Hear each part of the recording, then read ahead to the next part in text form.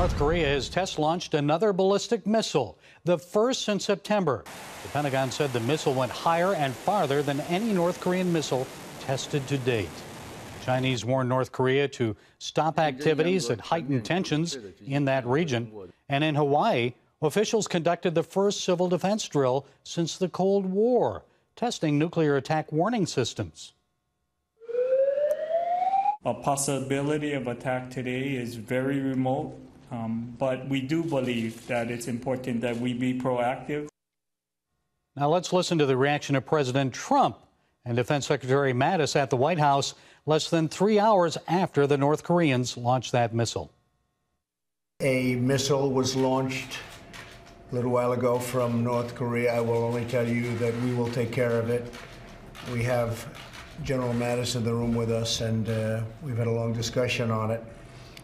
It is a situation that we will handle. It went higher, frankly, than any previous shot they've taken. It's a research and development effort on their part to continue building ballistic missiles that could threaten everywhere in the world, basically. Joining us now to discuss this development is CBN News national security correspondent Eric Rosales from Washington. Eric, what can you tell us about this one? It seemed that Mattis was a little more concerned this time.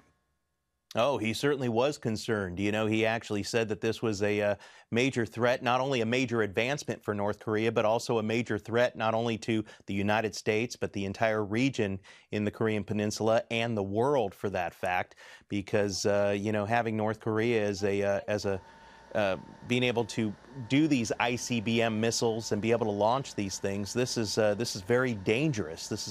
We're talking about a madman over there.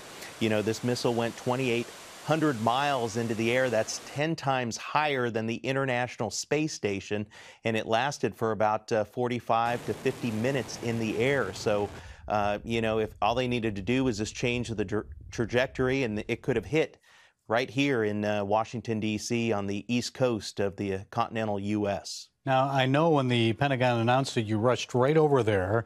What did they say about the reason that Kim Jong-un launched the missile this time?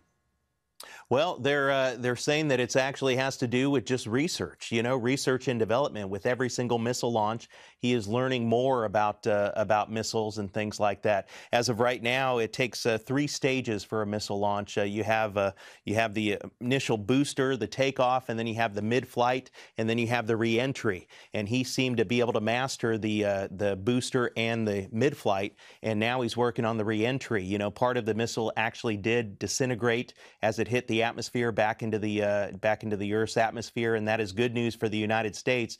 But all experts say that it's only a matter of time before he's able to get that trajectory just right to be able to come down and make it through the Earth's atmosphere and bring this ICBM possibly to the United States. So testing, perfecting, testing some more. It is all about perfection, exactly. And I understand he wanted to send a message to China because China's cracking down now and endorsing and following the sanctions. And after the meeting with President Trump, the Chinese didn't seem too happy about it.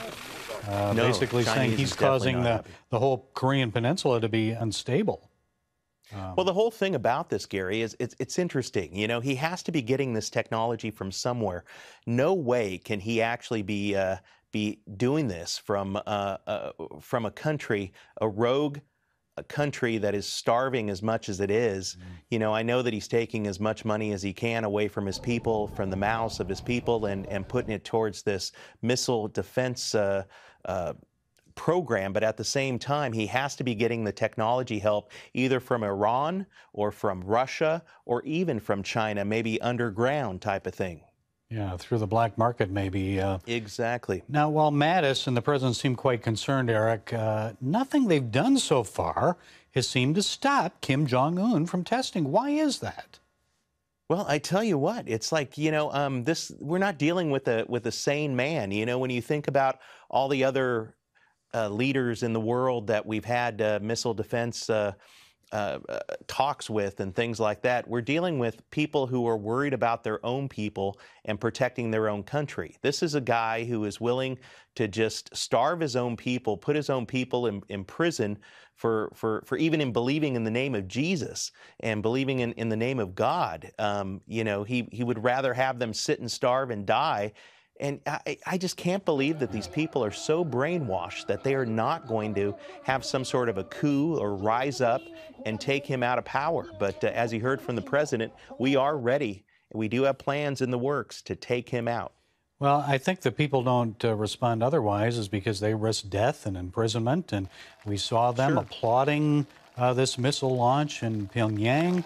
But I think they do that because they're worried about their own safety. So what now, Eric? I know that we had a couple members of the Senate were saying, boy, I think it was Lindsey Graham, actually. Lindsey Graham was actually saying that we're going to go to war. Yeah, if something doesn't change. So what might we do in response? Well, as we know, we're still taking the diplomatic efforts. You know, I did speak to members of the Pentagon. They tell me that they do not want to go to war, but they are willing to go to war at a moment's notice, and they are ready to fight tonight. That's what they keep saying.